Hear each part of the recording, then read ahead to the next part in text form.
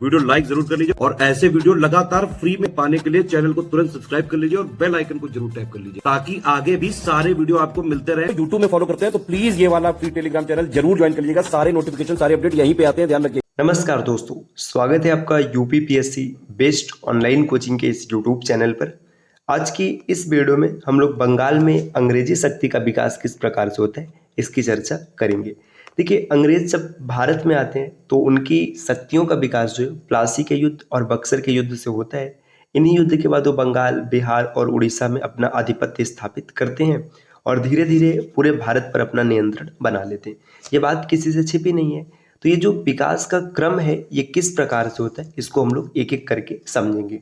तो चलिए शुरू करते हैं आज के इस महत्वपूर्ण क्लास को।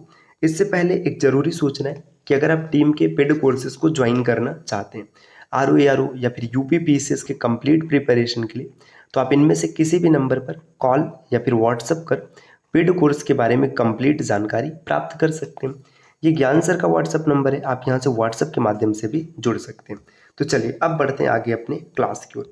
देखिए, सबसे पहले अगर देखेंगे तो यहाँ पर शुरुआत होती है बंगाल में सर्वप्रथम अंग्रेजों को जो व्यापारिक छूट है ये 1651 ईस्वी में प्राप्त हुई, जब गेब्रियन पॉन्टन ने, जो कि बंगाल के सूबेदार शाह सुजा के साथ दरबारी चिकित्सक के रूप में रहता था, एक लाइसेंस अंग्रेजी कंपनी के लिए प्राप्त किया। देखिए, बॉन्टन ये कौन था? ये शाह सुजा के दरबार में रहता था, चिकित्सक था। तो इसे एक लाइसेंस मिलता है। उस लाइसेंस में प्रावधान किया गया था कि इसके द्वारा 3000 रुपये वार्षिक कर के बदले कंपनी को बंगाल, बिहार, उड़ीसा में निःशुल्क व्यापार की अनुमति दी गई।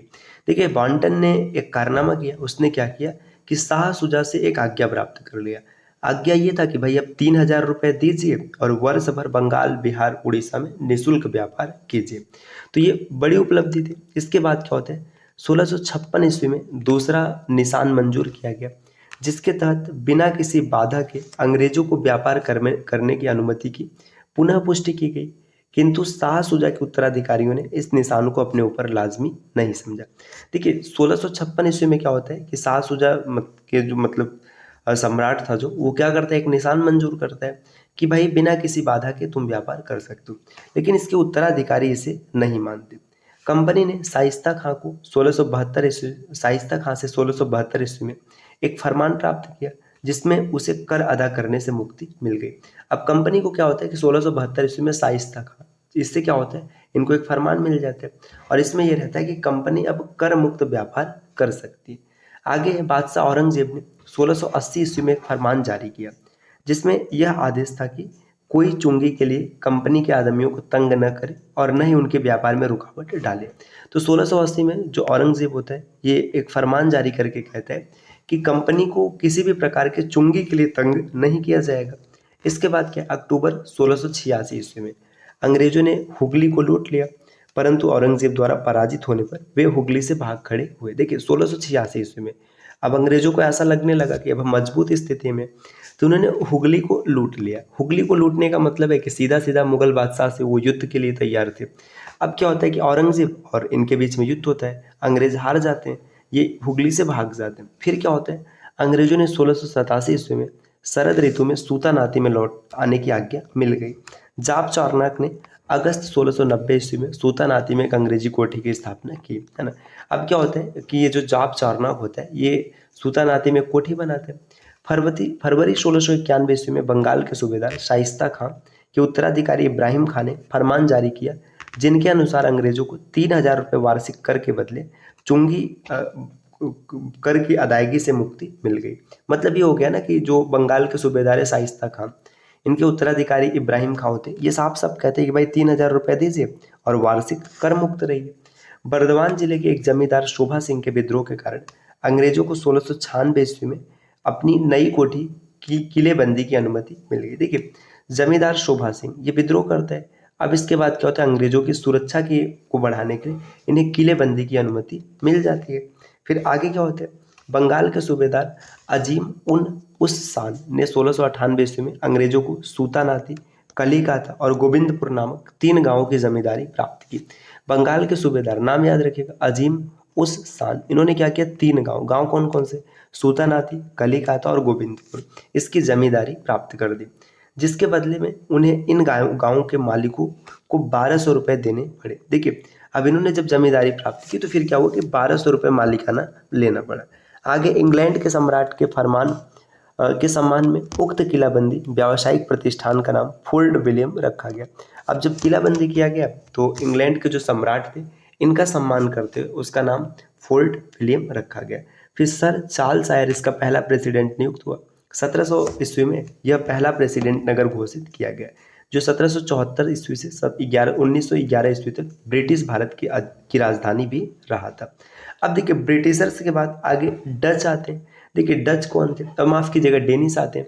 अंग्रेजों के बाद डेनिस 1616 ईस्वी में भारत आए। तंजौर जिले के त्रांकेबोर में 1620 ईस्वी में उन्होंने अपनी पहली फैक्ट्री स्थापित की। इसके बाद बंगाल के सीरमपुर में 1676 ईस्वी में इन्होंने अपनी दूसरी फैक्ट्री स्थापित की। 1845 ईस्वी में इन्होंने सभी फैक्ट्रियां ब्रिटिश कंपनी को बेच दी और भारत से चले गए। देखिए, जो डेन होते हैं बहुत ही साधारण था, मतलब बहुत ही सामान्य तरीके से कंपनी बेच करके चले जाते हैं। इनका कोई खास युद्ध नहीं होता। एक स्वीडिश ईस्ट इंडिया कंपनी की स्थापना 1731 ईस्वी में हुई थी, परंतु उसने अपना व्यापार चीन के साथ किया। जो स्वीडिश आए हुए थे उनका व्यापार मुख्य रूप से चीन के साथ रहा था। अब अगली जो कंपनी आती है फ्रांसीसी। यद्यपि ये लेट से आए थे लेकिन अंग्रेजों के साथ कड़ा मुकाबला करते, कर्नाटक के 3 युद्ध लड़ते हैं, उसके बाद कहीं जाकर ये परास्त होते हैं। और ऐसा भी माना जाता है कि इनका राजनीतिक सपोर्ट कम था। अगर इनको राजनीतिक सपोर्ट थोड़ा सा मिला होता तो ये कहीं ना कहीं अंग्रेजों से अधिक कामयाब होते। देखिए, फ्रांस के सम्राट लुई 14वें के समय में उसके प्रसिद्ध मंत्री कॉलबर्ट के प्रयासों के परिणाम स्वरूप 1664 ईस्वी में एक फ्रांसीसी व्यापारिक कंपनी द एंड ओरिएंटल की स्थापना हुई। फ्रांसीसी पहले मेडागास्कर द्वीप में पहुंचे, परंतु वहां उपनिवेश स्थापित करने में असफल रहे। फ्रांस से एक दूसरा दल 1667 ईस्वी में चला। इसका नायक फ्रैंको कैरो था। इसके साथ इस्फहान का निवासी मकरारा भी था। देखिए, एक दल आता है, मेडागास्कर जाता है, बात नहीं बनती है। दूसरा दल फिर से चलता है फ्रैंको कैरो के नेतृत्व में, और मकरारा का एक साथी था, वो कौन था? इस्फहान, ये भी इसमें साथ था। भारत में फ्रांसीसियों की पहली कोठी फ्रैंक कैरो द्वारा 1688 ईस्वी में सूरत में स्थापित की गई। फ्रैंक कैरो सफल होता है, ये पहली कंपनी स्थापित कर लेते हैं। मकरारा गोलकुंडा के सुल्तान के अधिकार से एक अधिकार पत्र प्राप्त कर 1669 ईस्वी में मसूलीपट्टनम में दूसरी फैक्ट्री स्थापित करवाता है। देखिए, जो मकरारा है ये क्या करता है, ये मतलब इसको फरमान मिल जाता है और ये भी एक कंपनी स्थापित करवाता है। 1672 ईस्वी में मद्रास के निकट सैन थोमे को भी फ्रांसीसी ले लेते हैं। अगले साल उनका जल सेनापति दी लाही गोलकुंडा के सुल्तान और डचों की सम्मिलित सेना द्वारा पराजित हुआ और डचों को सैन थोमे देने को बाध्य हुआ। देखो, सैन थोमे मतलब मद्रास से प्राप्त करते हैं लेकिन बाद में हार जाते हैं और इन्हें छोड़ना पड़ता है। आगे देखिए, और आगे बढ़ेंगे, यहाँ पर दिया अंग्रेज समर्थित डचों ने 1693 ईस्वी में फ्रांसीसियों से पांडिचेरी ले लिया और 1697 ईस्वी में रिजविक की संधि द्वारा इन्हें वापस लौटा दिया। देखिए, 1693 ईस्वी में जो पांडिचेरी ये फ्रांसीसियों के हाथ से निकल जाता है, लेकिन 1697 ईस्वी में रिजविक की संधि होती है जिससे इन्हें फिर से मिल जाते हैं। 1706 ईस्वी तक मार्टिन यहाँ का गवर्नर रहता है। बंगाल के सूबेदार शाइस्ता खान ने 1674 ईस्वी में फ्रांसीसियों को एक नई जगह दी, जहां 1690 से 92 तक उन्होंने चंद्रनगर की प्रसिद्ध फ्रांसीसी कोठी बनाए रखा। जून 1720 ईस्वी में फ्रांसीसी कंपनी का इंडीज को चिर स्थायी कंपनी के रूप में पुनः निर्माण होता है। देखिए, फ्रांसीसी कंपनी जो थी 1720 ईस्वी में इसका फिर से निर्माण किया गया, इंडीज को चिर स्थायी कंपनी। तब 1720 और 1742 के बीच लीनो और ड्यूमा के बुद्धिमत्तापूर्ण शासन में समृद्धि इनके पास लौट आती। देखिए, लीनो और ड्यूमा ये दोनों बुद्धिमत्ता से शासन करते और इनका वर्चस्व बढ़ता है फ्रांसीसियों का।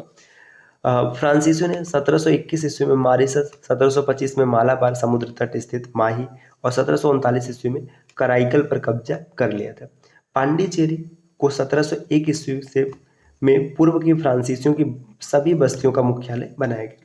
इनका जो हेड क्वार्टर होता है पांडिचेरी होता है और फ्रैंको मार्टिन को भारत में फ्रांसीसी मामले का महानिदेशक बनाया जाता है। फ्रांसीसी गवर्नर डुप्ले के समय में फ्रांसीसी प्रभुत्व की स्थापना होती है। अब देखिए, यहाँ पर कर्नाटक के युद्ध की बात किया गया, तो आपको मैं बता दूं, कर्नाटक के कुल 3 युद्ध होते हैं, जिसे एंग्लो फ्रेंच वार के नाम से भी जाना जाता है। इसके क्या कारण होते हैं, क्यों होता है, सबके बारे में हम लोग अगली क्लास में विस्तार से पढ़ेंगे। हालांकि ये क्लास थोड़ी सी छोटी है, लेकिन कर्नाटक के युद्ध को जब हम लोग देखेंगे तो तीनों युद्ध एक ही क्लास में कर लेंगे, ताकि चीज़ें आराम से डन हो जाए। तो उम्मीद है कि वीडियो आपको पसंद आया होगा और चीज़ें आपको समझ में भी आई होंगी। तो मिलते हैं आपसे अगले वीडियो में कुछ नए और इंटरेस्टिंग इन्फॉर्मेशन के साथ। तब तक के लिए नमस्कार। हाँ, ज़रूरी सूचना यह है साथियों कि अगर आप RO या फिर UPPSS की कंप्लीट और सिलेक्शन वाली तैयारी करना चाहते हैं तो आप टीम के पेड कोर्सेज को फॉलो कर सकते हैं, जिसके लिए आप इनमें से किसी भी नंबर पर कॉल या फिर व्हाट्सएप कर कोर्स की जानकारी ले सकते हैं। ये ज्ञान सर का व्हाट्सएप नंबर है, आप यहाँ से व्हाट्सएप के माध्यम से भी जुड़ सकते हैं। अब मिलते हैं आपसे अगले वीडियो में कुछ नए और इंटरेस्टिंग इन्फॉर्मेशन के साथ। तब तक के लिए नमस्कार।